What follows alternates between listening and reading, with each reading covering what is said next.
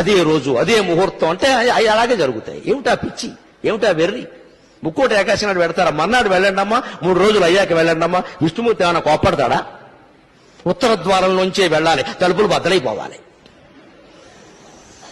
బాగా మనస్సు నిండా బుర్ర మడ్డి పెట్టేసుకుని మనస్సు నిండాను ఆ రోజే చూడాలి, అలాగే వెళ్ళాలి, ఏమైనా సరే వెళ్ళాలంటే ప్రమాదాలే జరుగుతాయి. చివరికి ఏమవుతుంది? ఈ ప్రమాదం వల్ల హిందూ ధర్మానికి నష్టం, దేవుడి మీద దుష్ప్రచారం జరుగుతోంది. ఇతర మతాల వాళ్ళు అరుసుగా తీసుకుంటున్నారు. మీ మతంలో ఏం జరుగుతుందో చూడండి అంటే వాళ్ళకి జవాబు చెప్పలేకపోతున్నాం.